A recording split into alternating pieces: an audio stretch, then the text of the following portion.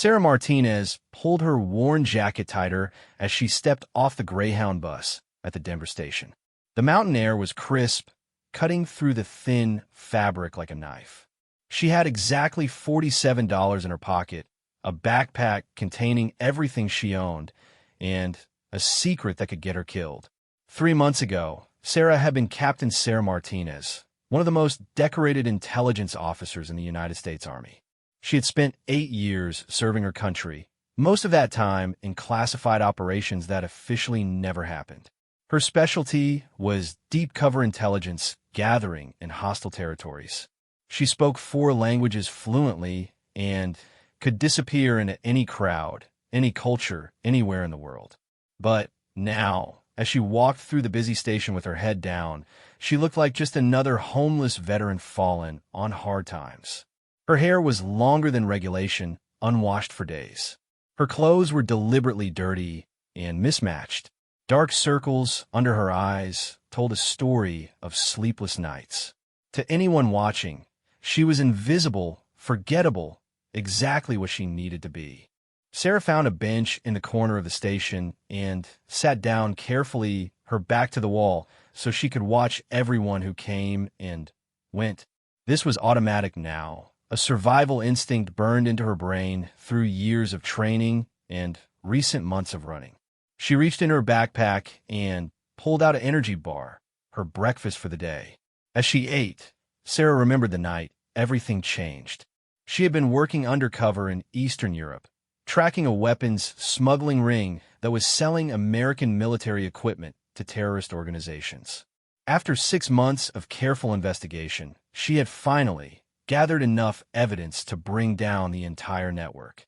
But when she tried to contact her handler, she discovered something that made her blood run cold. The weapons weren't being stolen. They were being sold by someone inside the American military. Someone with high-level clearance and access to classified shipping manifests. Someone who knew exactly which weapons were being moved where and when. Sarah had stumbled onto a conspiracy that reached into the highest levels of the Pentagon. She had tried to do the right thing. She had compiled all her evidence and prepared to turn it over to the proper authorities. But the night before her scheduled meeting, men had come for her. Professional killers who moved like shadows and struck without warning. Sarah had barely escaped, using every trick she had learned in 8 years of military service. That was when she realized the truth. The conspiracy included people in her own chain of command. People who knew her real name, her mission, and exactly where to find her. She couldn't trust anyone in the military. She couldn't trust anyone in the government. She was completely alone. So Sarah Martinez had died that night in Prague. Officially, she had been killed in a training accident, a story that would satisfy anyone who asked questions. But the real Sarah had run, using skills learned in dozens of covert operations to disappear completely. For 3 months, she had been moving constantly, never staying in one place for more than a few days. She had fake identification, but she didn't dare use it except in emergencies. Instead, she lived like the homeless, sleeping in shelters or on the streets, eating at soup kitchens, staying invisible among the forgotten people that society preferred not to see. It was perfect camouflage. Who would look for a decorated army captain among the homeless population of American cities? Who would imagine that the woman begging for change outside a convenience store had once briefed generals on matters of national security? But living on the streets was harder than any mission Sarah had ever undertaken. The constant hunger, the cold, the fear, the way people looked through her as if she didn't exist. Worse was the shame. She had served her country with honor, and now she was reduced to digging through garbage cans for food. Still, she had survived, and she still had the evidence that could expose the conspiracy. Sarah carried it with her everywhere, hidden in places no one would think to look. USB drives sewn into the lining of her jacket, memory cards taped inside the soles of her boots, printed documents wrapped in plastic, and hidden in her backpack among other seemingly worthless papers. But she needed help to get this information to the right people. She needed someone she could trust, someone outside the military chain of command who had the connections and credibility to make people listen. That was why she had come to Denver. 3 days ago, while staying at a shelter in Kansas City, Sarah had overheard a conversation that gave her hope for the first time in months. Two veterans were talking about a guy named Mike Rodriguez, a former Navy SEAL who now ran a nonprofit organization helping homeless veterans in Denver. According to the story she heard, Rodriguez was the real deal, someone who had never forgotten his oath to serve and protect. More importantly, Rodriguez had connections throughout the veteran community and a reputation for integrity that reached all the way to Washington. If anyone could help Sarah get her evidence to the right people, it would be him. But first, she had to find him and somehow convince him to trust a woman who looked like she had been living on the streets for months. She had to make him believe that she was really a decorated Army officer and not just another veteran whose mind had been broken by the stress of service. Sarah finished her energy bar and stood up, slinging her backpack over her shoulder. The first step was finding Rodriguez's organization. She had an address, but no money for a cab or bus fare. She would have to walk, which was nothing new. She had walked hundreds of miles in the past 3 months, always moving, always staying ahead of the people who wanted her dead. As she stepped out of the bus station into the bright Colorado morning, Sarah felt a mixture of hope and fear. Hope that she might finally be able to complete her mission and expose the traitors who were selling out American soldiers. Fear that this might be another dead end, another disappointment in a long series of setbacks. But she had to try. Too many people had already died because of the weapons being sold by the conspiracy. American soldiers, innocent civilians, anyone who got in the way of the illegal arms trade. Sarah was probably the only person left who knew the truth and had the evidence to prove it. She started walking east toward the part of town where Mike Rodriguez had his office. With each step, she rehearsed in her mind how she would approach him, what she would say, how she would convince him that she was telling the truth. Sarah didn't know that across town, Mike Rodriguez was just arriving at his office, as he did every morning at 7 o'clock sharp.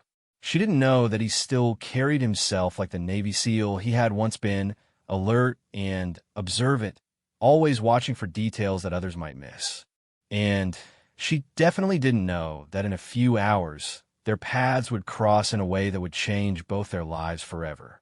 The morning sun climbed higher as Sarah walked through the streets of Denver. Just another homeless person invisible to the busy commuters heading to work.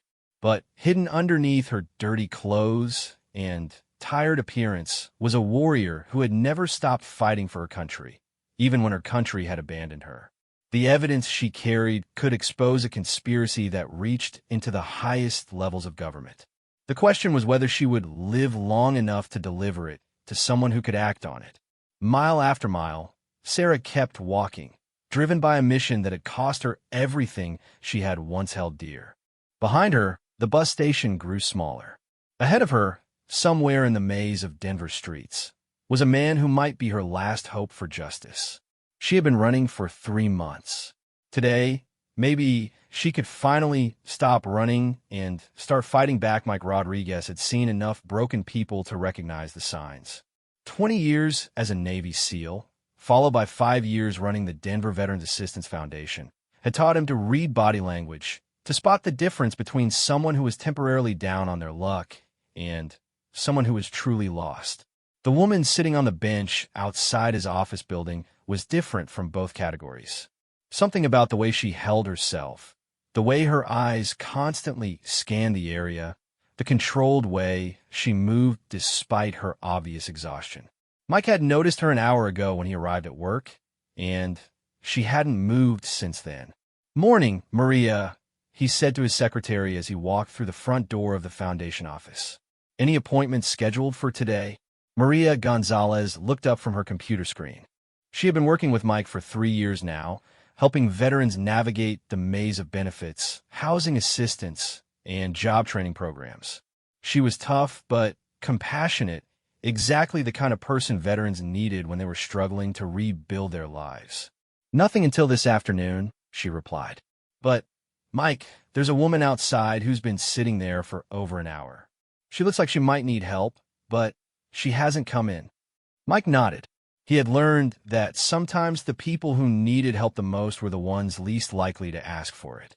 Pride, shame, fear of being judged, all of these things could keep veterans from seeking the assistance they deserved.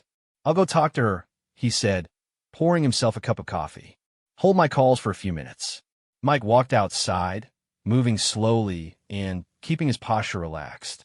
Veterans who had been living on the streets often had heightened anxiety around authority figures, and the last thing he wanted was to scare this woman away. "Good morning," he said, sitting down on the opposite end of the bench. "I'm Mike Rodriguez. I run the Veterans Assistance Foundation in this building." Sarah had seen him coming and had to fight every instinct that told her to run.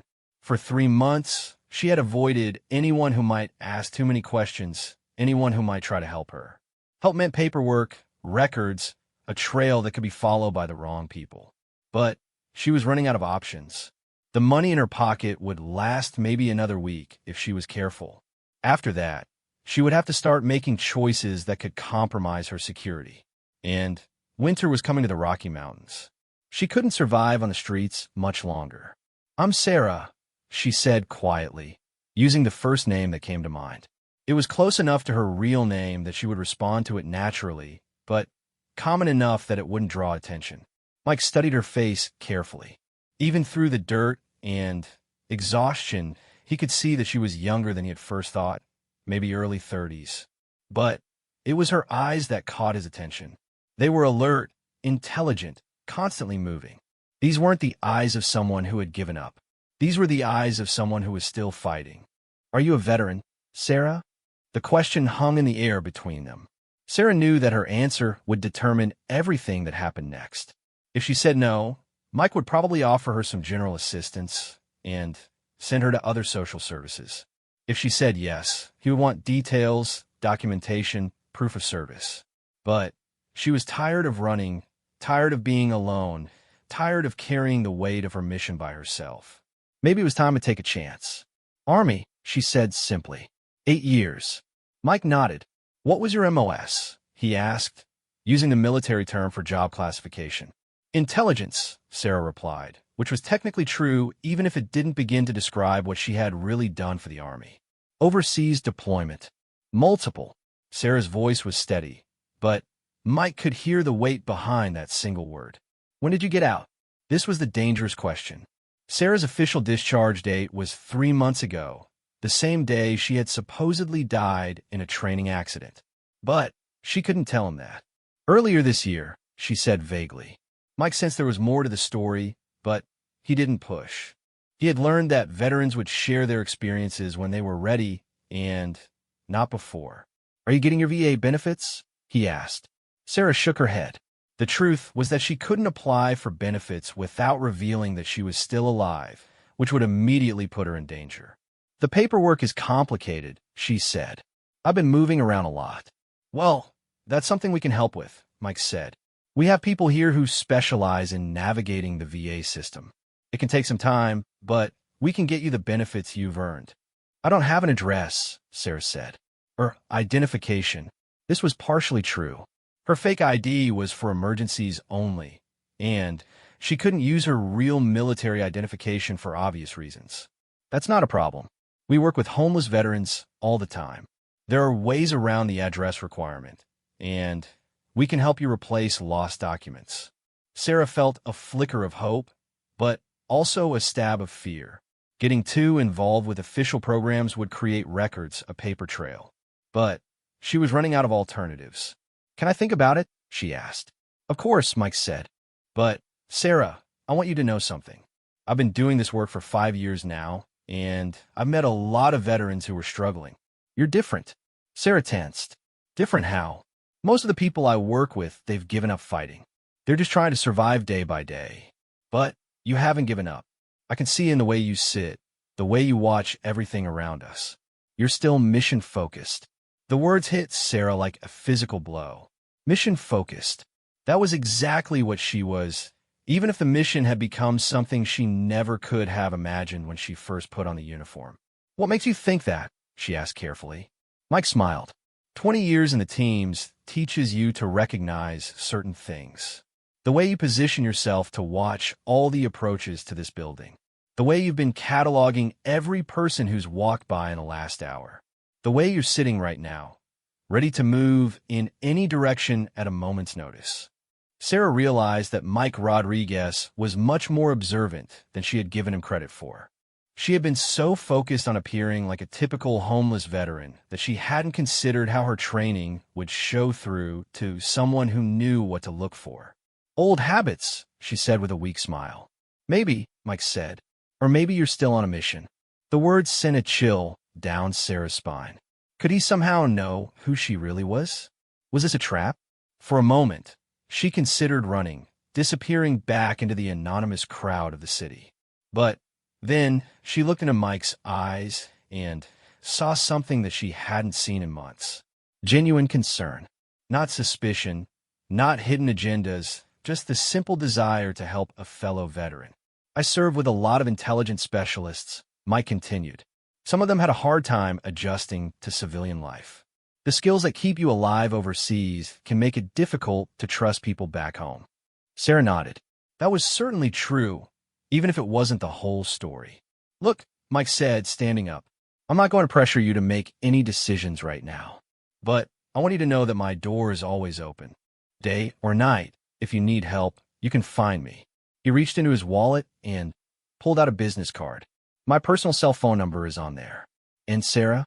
"Yeah. Whatever mission you're on, whatever you're carrying, you don't have to carry it alone. There are people who want to help." Mike walked back toward the building, leaving Sarah sitting on the bench with his business card in her hand. She stared at the simple white card with black lettering. Michael Rodriguez, Executive Director, Denver Veterans Assistance Foundation. For the first time in 3 months, Sarah felt like someone had seen through her disguise and recognized her for what she really was. A soldier, a professional, someone who was still fighting even when the odds were impossible. But recognition came with risks. If Mike could see through her cover, maybe others could too. Maybe she had been fooling herself about how invisible she really was. Sarah stood up and started walking, slipping the business card into her jacket pocket. She needed to find somewhere safe to think, to plan her next move. The conversation with Mike had changed things. She was no longer just another homeless person in Denver. Someone had noticed her, had seen past the carefully constructed facade. The question was whether that was a good thing or a very dangerous thing. As she walked away from the Veterans Foundation building, Sarah didn't notice the black sedan that had been parked across the street for the past 2 hours. She didn't see the man with the telephoto lens camera who had photographed her entire conversation with Mike Rodriguez. And she definitely didn't know that her picture was already being uploaded to a secure server, where facial recognition software would soon identify her as Captain Sarah Martinez, supposedly dead for the past 3 months. The hunters were closing in, and they had been closer than she realized all along. Sarah spent the next 2 days moving through Denver like a ghost, staying in different areas each night, always watching for signs that she was being followed. The conversation with Mike Rodriguez had unsettled her more than she wanted to admit. For 3 months, she had survived by being invisible, by blending into the background of homeless camps and soup kitchen lines. But Mike had seen through her disguise in minutes. If he could do it, others could too. On the 3rd morning, Sarah found herself back at the bus station, not because she was leaving town, but because it was one of the few places where she could sit for hours without attracting attention. Hundreds of people passed through every day, travelers and locals alike, creating the perfect environment for someone who wanted to remain unnoticed. She was sitting in the same corner where she had started her Denver journey, eating another energy bar and watching the crowd when she noticed him.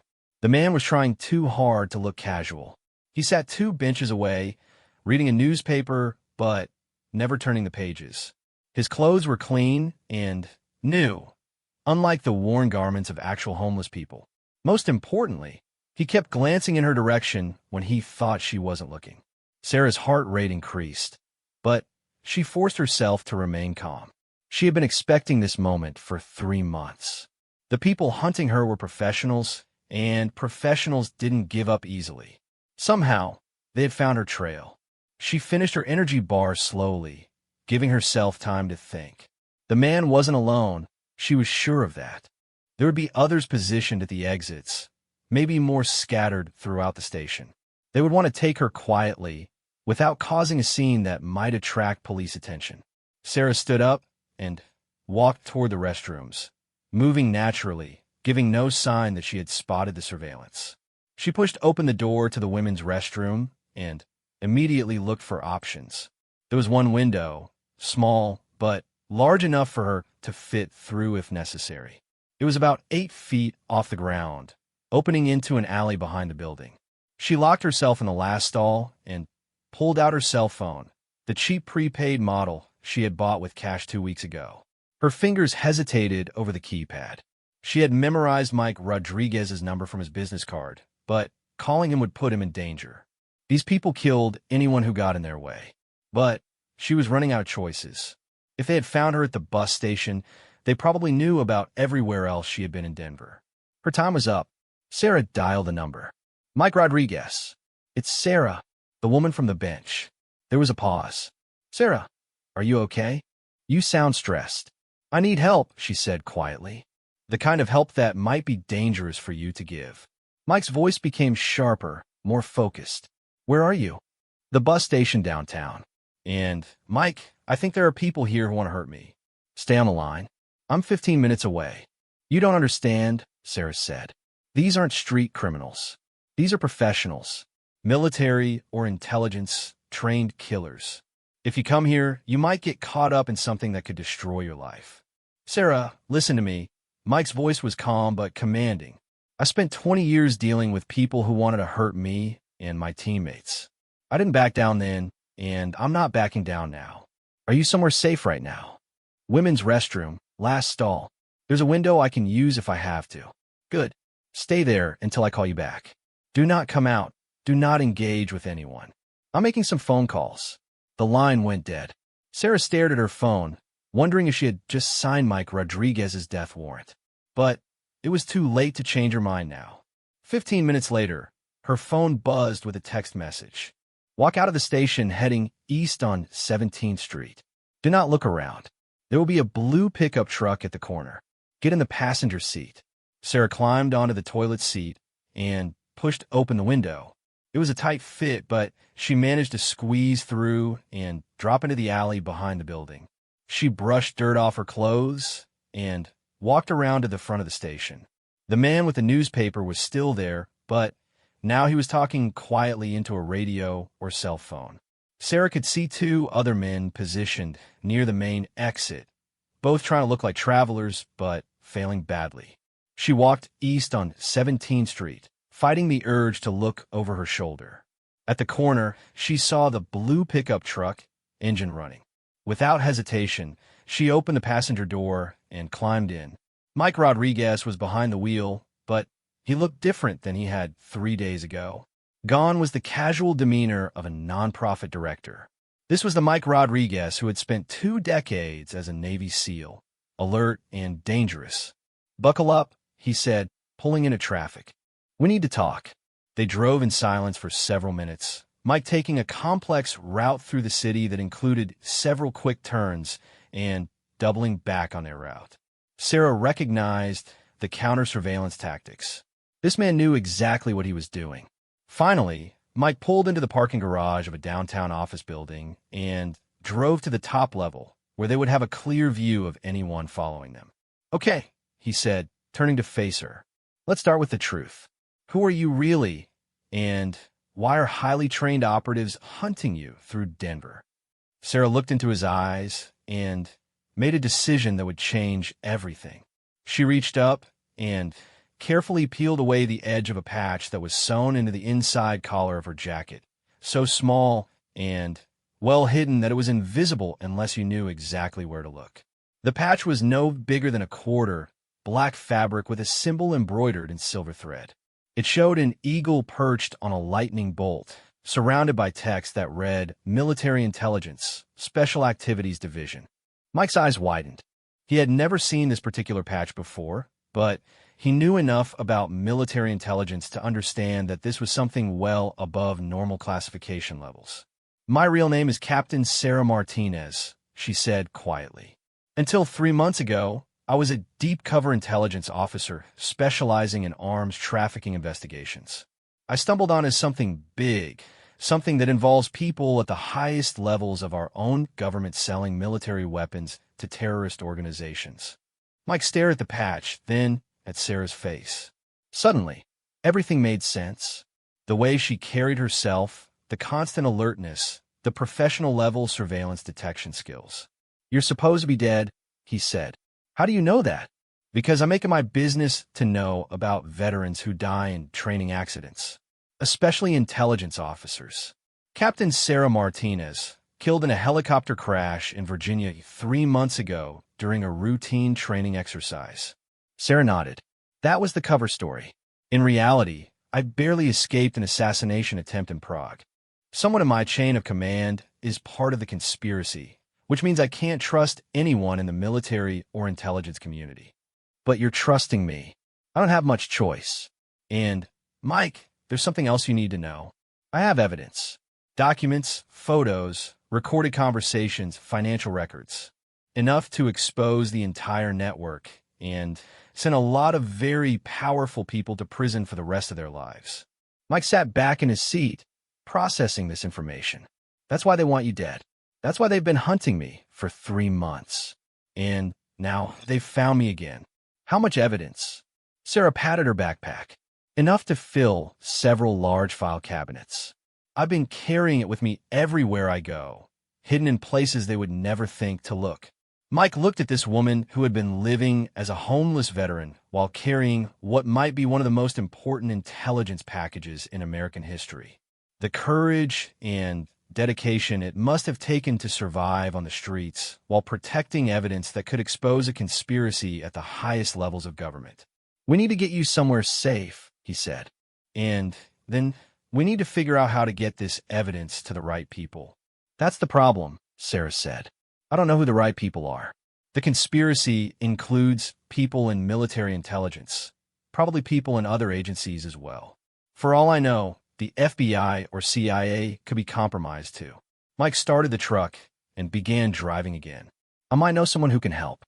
But first, we need to make sure you're safe. Mike, I need you to understand something. By helping me, you're making yourself a target. These people have unlimited resources and no moral constraints. They've killed American soldiers, innocent civilians, anyone who threatened their operation. Sarah, I took an oath when I joined the Navy to support and defend the Constitution of the United States against all enemies, foreign and domestic. That oath didn't have an expiration date. As they drove through the streets of Denver, neither of them noticed the drone following them from 1,000 feet above, its high-definition cameras tracking their every movement. The technology was military-grade, invisible, and silent from the ground. In a rented office building across town, 3 men in expensive suits watched the drone's video feed on a large monitor. "Rodriguez is former Navy SEAL," one of them said. "This complicates things." "Not really," replied another, reaching for his phone. "It just means we need more people." The hunt for Sarah Martinez was about to escalate in ways that would threaten not just her life, but the lives of everyone who tried to help her. The conspiracy she had uncovered was worth billions of dollars to the people involved, and they would kill anyone necessary to protect it. But they had made one critical mistake. They had underestimated what happened when you threatened a Navy SEAL, and the veteran he had sworn to protect Mike drove Sarah to a safe house that most people in Denver didn't know existed. Tucked away in an industrial district near the railroad tracks, it looked like an abandoned warehouse from the outside. But inside, it had been converted into a secure facility that Mike and several other former special operations veterans used for situations that required complete privacy. "This place is off the books," Mike explained as he led Sarah through multiple security doors. "We built it for veterans who needed somewhere safe to decompress after difficult missions overseas. No government records, no official paperwork, no digital footprint. The interior was spartanly furnished, but functional. There were sleeping areas, a kitchen, a communications room with secure phone lines and internet access, and, most importantly, a conference room where they could spread out Sarah's evidence without fear surveillance. "How many people know about this place?" Sarah asked. 12, Mike replied. "All of them former special operations. All of them people I would trust with my life." And speaking of trust, I think it's time I made some phone calls. Over the next hour, Mike contacted 3 people.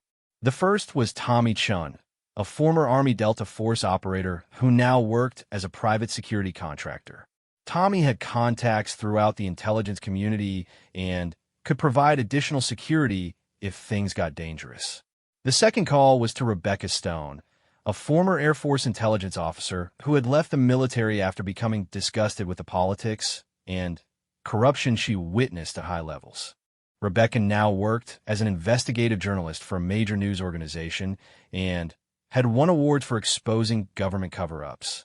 The third call was the most important.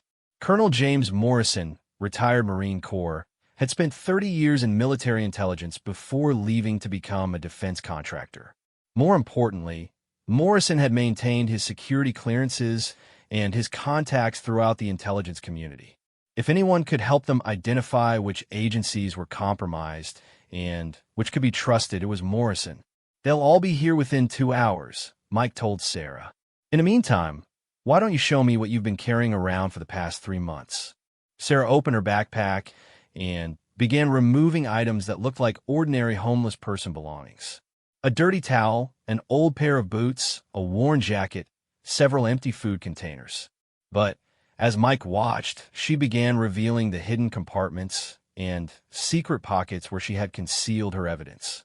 Memory cards taped inside the soles of her boots. USB drives sewn into the lining of her jacket. Printed documents rolled up and hidden inside empty soup cans. Sarah had been living as a homeless veteran while carrying enough classified intelligence to topple governments. "Jesus," Mike whispered as the evidence piled up on the conference table. "How much is there?" Financial records showing payments to offshore accounts. Shipping manifests for weapons that were supposed to be destroyed, but were actually sold to black market dealers. Communications between American military officers and known arms traffickers. Video footage of weapons transfers. Bank account information. Travel records. Sarah continued pulling out evidence, organizing it into neat piles. "The conspiracy involves at least 50 people that I can identify, including 3 generals, 2 senators, and numerous defense contractors. They've been operating for at least 5 years, maybe longer." Mike studied the documents, his expression growing darker with each page he read. These weapons ended up in the hands of terrorist organizations that killed American soldiers. "At least 230 confirmed deaths," Sarah said quietly. "Probably more that we don't know about. American soldiers killed by weapons that were supposed to be in secure storage facilities. Why haven't you taken this to the press?" "I tried." 2 journalists who showed initial interest ended up dead in what looked like accidents. After that, I realized I needed someone with better security awareness and military contacts. The sound of vehicles approaching interrupted their conversation. Mike checked the security monitors and confirmed that Tommy Chun had arrived, followed a few minutes later by Rebecca Stone and Colonel Morrison. Tommy Chun was a compact man with the quick movements and constant alertness of someone who had spent years in combat zones. Rebecca Stone was in her 40s, with gray-streaked hair and the sharp eyes of an investigative reporter who had seen too much corruption. Colonel Morrison was an imposing figure, even in civilian clothes, carrying himself with the authority of someone who had commanded thousands of troops. Mike made introductions and explained the situation in broad terms. Sarah watched carefully as each person examined her evidence, looking for any sign that they might be compromised or untrustworthy. "This is legitimate," Morrison said after reviewing several documents. "The classification markings are correct. The formatting matches what I've seen in similar intelligence reports.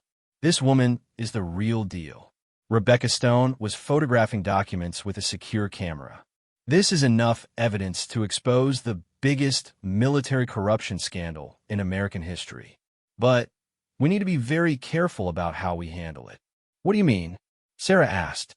If we approach the wrong people, you'll be dead within hours, and all this evidence will disappear, Rebecca replied. The conspiracy includes people with the authority to classify information, which means they could simply declare everything you've collected to be state secrets and make it disappear legally. Tommy Chun had been studying the security situation from a tactical perspective. We're also dealing with people who have access to military resources. Drones, surveillance equipment, professional killers. This isn't going to be like hiding from ordinary criminals. Colonel Morrison leaned back in his chair, thinking, I know someone who might be able to help. Admiral Patricia Hawkins, retired Navy, now working as a special advisor to the Senate Intelligence Committee. She's one of the few people in Washington who has both the security clearance to review this material and the integrity to act on it regardless of political consequences. How can you be sure she's not compromised? Sarah asked. Because she's been investigating military corruption for the past 2 years, ever since her son was killed in Afghanistan by an IED that used American-manufactured explosives, Morrison replied. She's made a lot of enemies in the Pentagon, which tells me she's probably one of the good guys. Rebecca Stone was still reviewing documents. We're going to need multiple approaches to this. Even if Admiral Hawkins can get this evidence to the right people in the government, we need backup plans. The press, congressional investigators, maybe international allies who can put pressure on the American government. Agreed, Mike said. But first, we need to make sure Sarah stays alive long enough for any of this to matter. Tommy Chun pointed to the security monitors. Speaking of which, we might have a problem. Everyone gathered around the monitors, showing the exterior of the warehouse. 3 black SUVs had pulled up outside, and armed men were getting out. They were dressed in military-style gear and moved with professional coordination. How did they find us so fast? Sarah asked. Mike was already moving toward a cabinet where weapons were stored. Doesn't matter now. What matters is getting you and that evidence out of here alive. Tommy Chun was checking his sidearm. Back exit. Through the tunnel, Mike replied. It leads to a building 3 blocks away. Colonel Morrison was gathering up Sarah's evidence, stuffing documents and memory cards into a briefcase. Rebecca, can you get this story out if we don't make it? I've already uploaded copies of key documents to secure servers, she replied. But we all need to make it out for this to work properly. Sarah felt a familiar surge of adrenaline as she prepared for combat. For 3 months, she had been running and hiding. It felt good to finally be fighting back alongside people who understood what was at stake. Mike led them toward a hidden door that opened onto a tunnel system that had been constructed when the building was originally used for industrial purposes. The tunnel was narrow and dark, lit only by emergency lighting that Mike activated with a hidden switch. As they moved through the tunnel, they could hear explosions behind them. The warehouse was being systematically destroyed, probably to eliminate any evidence of their meeting. They're not just trying to capture us, Tommy Chun observed. They're trying to erase any trace that we were ever there. Which means they're scared, Sarah said. They know that their time is running out. The tunnel emerged in the basement of what appeared to be an abandoned office building. Mike led them up 2 flights of stairs to a parking garage where several vehicles were waiting. Separate cars, Tommy Chun said. Harder to track, harder to stop. They divided up Sarah's evidence among multiple briefcases and bags, ensuring that if one group was captured, the others would still have enough information to expose the conspiracy. As they prepared to leave, Colonel Morrison turned to Sarah. In 24 hours, this story is going to be front-page news around the world. Are you ready for that? Sarah thought about the 3 months she had spent living on the streets, carrying the weight of this secret alone. She thought about the American soldiers who had died because of the weapons sold by traitors in their own military. She thought about the homeless veterans she had met who deserved better from the country they had served. I've been ready since the day I discovered this conspiracy, she said. Let's bring these bastards down. As they drove away from the warehouse district in separate vehicles, heading toward different safe locations around Denver, none of them knew that their actions over the next 24 hours would expose the largest military corruption scandal in American history. But They also didn't know that the people they were fighting had one last card to play, a card that would put not just their lives at risk, but the lives of everyone they cared about. The next 18 hours were a blur of secure phone calls, encrypted file transfers, and careful coordination between people who had never worked together before, but were united by a common mission. Admiral Patricia Hawkins had reviewed Sarah's evidence within hours of Colonel Morrison's initial contact and immediately understood the scope of what they were dealing with. "This is treason," she had told Morrison over a secure video link. "Not corruption, not fraud, but actual treason. American military officers selling weapons that were used to kill American soldiers." While Admiral Hawkins worked her contacts within the government, Rebecca Stone was preparing a comprehensive news story that would be simultaneously published by 3 major news organizations. Tommy Chun and his security team were protecting the various locations where evidence was being analyzed and copied. Mike Rodriguez found himself serving as the coordinator for the entire operation, using skills he had learned during special operations missions to keep track of multiple moving parts while maintaining operational security. Sarah had been moved to a secure location outside Denver, a ranch owned by one of Tommy Chun's contacts. For the first time in 3 months, she felt safe enough to sleep for more than a few hours at a time. But even as she rested, she knew that the most dangerous part was still ahead. The people behind the conspiracy weren't going to simply accept exposure and arrest. They had too much money at stake, too much power to lose.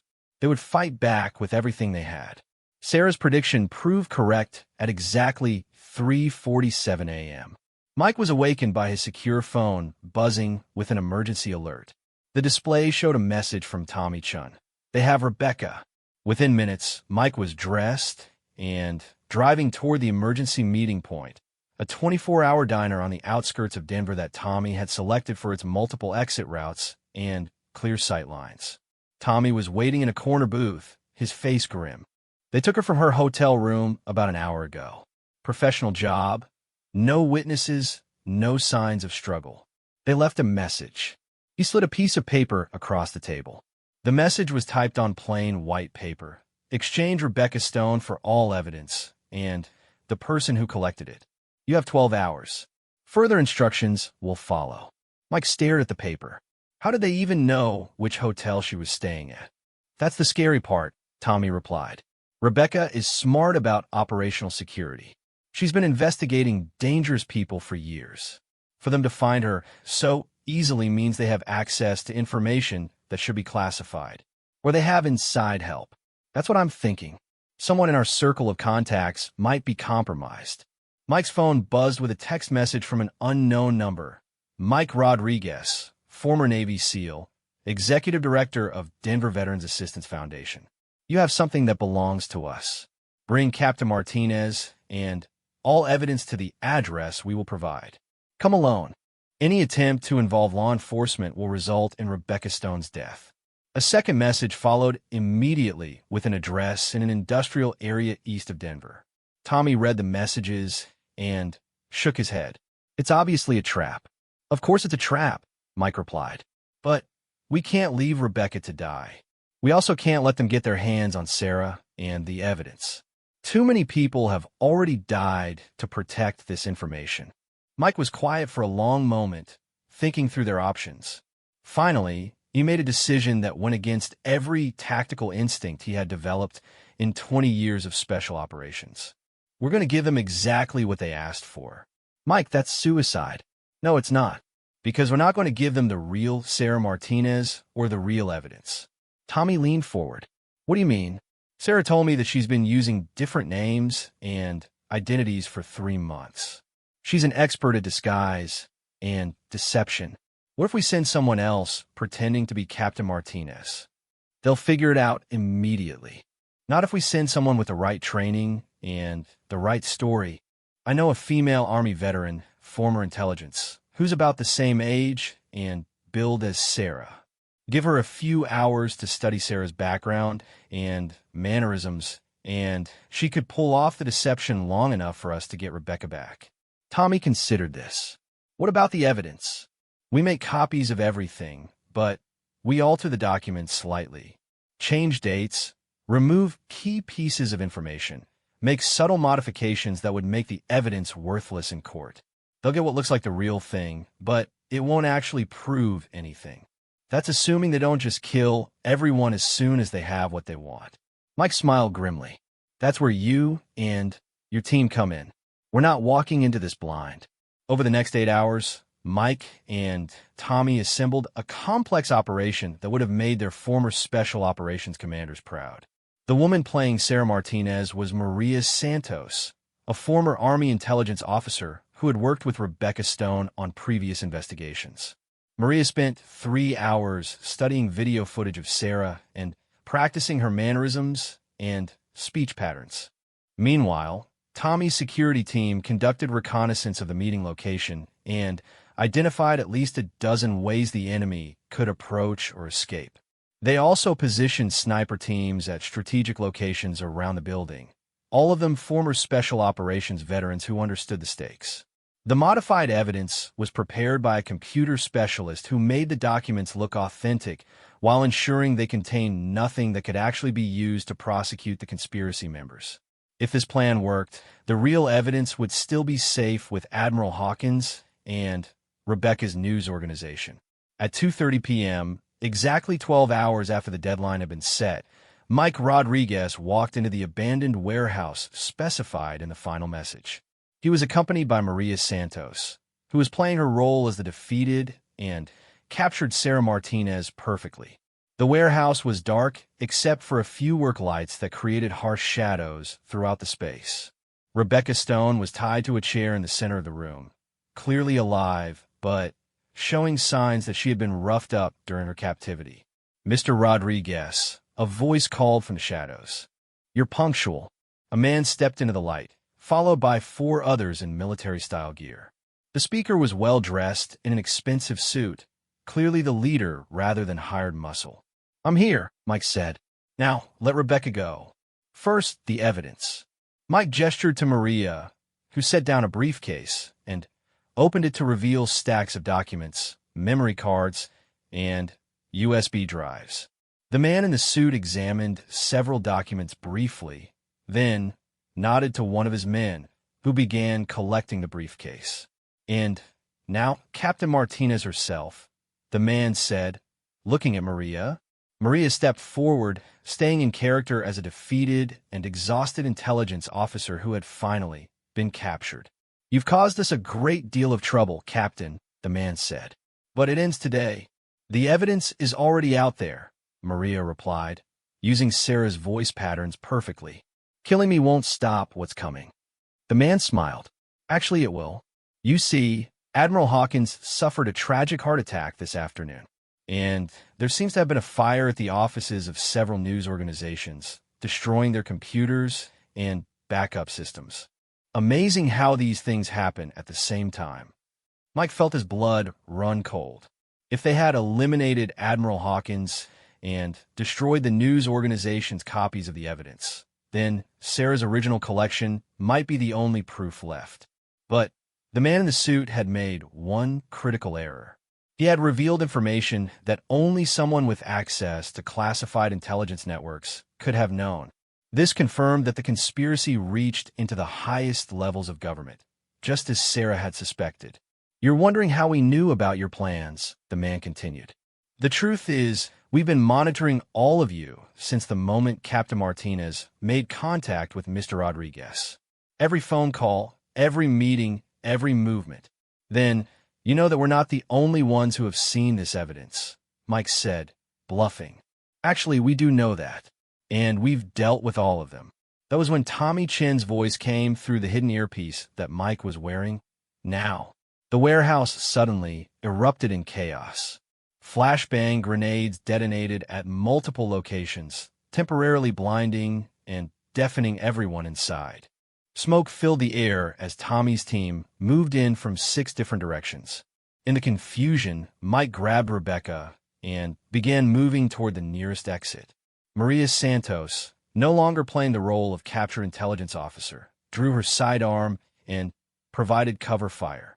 The battle was brief but intense. The conspiracy's hired killers were professionals, but They were outnumbered and outmaneuvered by Tommy's team of former Special Operations veterans who had trained for exactly this type of close-quarters combat. When the smoke cleared, 4 of the 5 enemies were dead, and the 5th was wounded and captured. The man in the expensive suit lay on the concrete floor, his arrogant confidence replaced by the pale shock of someone who had underestimated his opponents. "The evidence," he whispered as blood pooled around him. "You don't understand what you're destroying." "We understand perfectly," Mike replied. "We're destroying a conspiracy that betrayed everything we swore to protect." As sirens wailed in the distance, Mike, Rebecca, and Maria evacuated the warehouse along with Tommy's team. They had won this battle, but the war was far from over. Later that evening, at a secure location where Sarah Martinez was waiting anxiously for news, Mike delivered a report that was both victory and warning. "The evidence is safe," he told her. "Admiral Hawkins is alive, and, well, despite what they told us, the news story is going to run tomorrow morning." "But, Sarah, this isn't over. The people we're fighting have resources and connections that reach everywhere." Sarah nodded. "I know, but for the first time in 3 months, I'm not fighting them alone." Over the following weeks, the story that Rebecca Stone published would trigger congressional investigations, military court-martials, and criminal prosecutions that reached into the highest levels of the Pentagon. Dozens of people would be arrested, including 3 generals and 2 senators. The weapons trafficking ring that had been responsible for the deaths of hundreds of American soldiers was dismantled completely. The money trail led investigators to offshore accounts containing hundreds of millions of dollars, all of which was seized and returned to the U.S. Treasury. Sarah Martinez was officially restored to active duty and awarded the Distinguished Service Cross for her courage in exposing the conspiracy. But, more importantly to her, she was able to testify before Congress about the homeless veterans she had met during her 3 months on the streets, leading to increased funding for veteran services programs. Mike Rodriguez found his Denver Veterans Assistance Foundation suddenly, flush with new funding from both government sources and private donors who had been inspired by the story of his willingness to risk everything to help a fellow veteran. And in shelters and homeless camps across America, veterans who had been ignored and forgotten began to believe that maybe, just maybe, their service and sacrifice actually meant something to their country after all. 6 months later, Sarah Martinez walked into Mike Rodriguez's office wearing her dress uniform, all her medals gleaming in the morning sunlight. She was no longer the exhausted woman in dirty clothes who had sat on a bench outside his building. "I wanted to thank you," she said simply, "for seeing past the homeless veteran facade and recognizing the soldier underneath." Mike smiled. "I learned a long time ago that heroes don't always look like what we expect them to look like. Sometimes they look like people who need help." Sarah nodded, thinking about all the homeless veterans she had met during her 3 months on the streets. Maybe that's the most important lesson of all. As she walked out of the building and into her new life, Sarah carried with her the knowledge that sometimes the most important battles are fought not on foreign battlefields, but on the streets of American cities by people who refuse to give up on the ideals they swore to defend. The homeless veteran with the classified patch had completed her mission, but more importantly, she had reminded everyone around her that true service doesn't end when you take off the uniform. It continues every day in every act of courage, sacrifice, and loyalty to the principles that make freedom possible. And in Denver, Colorado, at a small Veterans Assistance Foundation, those principles lived on in the work of people who understood that serving your country meant serving the veterans who had already served. Sarah Martinez pulled her worn jacket tighter as she stepped off the Greyhound bus at the Denver station. The mountain air was crisp, cutting through the thin fabric like a knife. She had exactly $47 in her pocket, a backpack containing everything she owned, and a secret that could get her killed. 3 months ago, Sarah had been Captain Sarah Martinez, one of the most decorated intelligence officers in the United States Army. She had spent 8 years serving her country, most of that time in classified operations that officially never happened. Her specialty was deep cover intelligence gathering in hostile territories. She spoke 4 languages fluently and could disappear into any crowd, any culture, anywhere in the world. But now, as she walked through the busy station with her head down, she looked like just another homeless veteran fallen on hard times. Her hair was longer than regulation, unwashed for days. Her clothes were deliberately dirty and mismatched. Dark circles under her eyes told a story of sleepless nights. To anyone watching, she was invisible, forgettable, exactly what she needed to be. Sarah found a bench in the corner of the station and sat down carefully, her back to the wall, so she could watch everyone who came and went. This was automatic now. A survival instinct burned into her brain through years of training and recent months of running. She reached into her backpack and pulled out an energy bar, her breakfast for the day. As she ate, Sarah remembered the night everything changed. She had been working undercover in Eastern Europe, tracking a weapons smuggling ring that was selling American military equipment to terrorist organizations. After 6 months of careful investigation, she had finally gathered enough evidence to bring down the entire network. But when she tried to contact her handler, she discovered something that made her blood run cold. The weapons weren't being stolen. They were being sold by someone inside the American military. Someone with high-level clearance and access to classified shipping manifests. Someone who knew exactly which weapons were being moved where and when.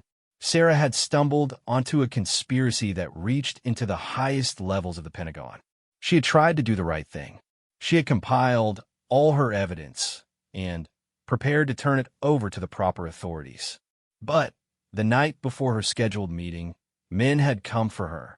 Professional killers who moved like shadows and struck without warning.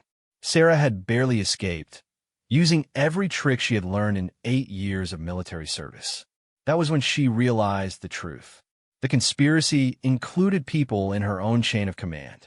People who knew her real name, her mission, and exactly where to find her. She couldn't trust anyone in the military. She couldn't trust anyone in the government. She was completely alone. So Sarah Martinez had died that night in Prague. Officially, she had been killed in a training accident, a story that would satisfy anyone who asked questions. But the real Sarah had run, using skills learned in dozens of covert operations to disappear completely. For 3 months, she had been moving constantly, never staying in one place for more than a few days. She had fake identification, but she didn't dare use it except in emergencies.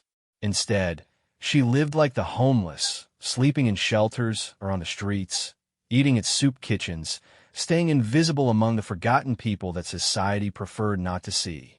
It was perfect camouflage. Who would look for a decorated army captain among the homeless population of American cities? Who would imagine that the woman begging for change outside a convenience store had once briefed generals on matters of national security? But living on the streets was harder than any mission Sarah had ever undertaken. The constant hunger, the cold, the fear, the way people looked through her as if she didn't exist. Worse was the shame. She had served her country with honor, and now she was reduced to digging through garbage cans for food. Still, she had survived, and she still had the evidence that could expose the conspiracy.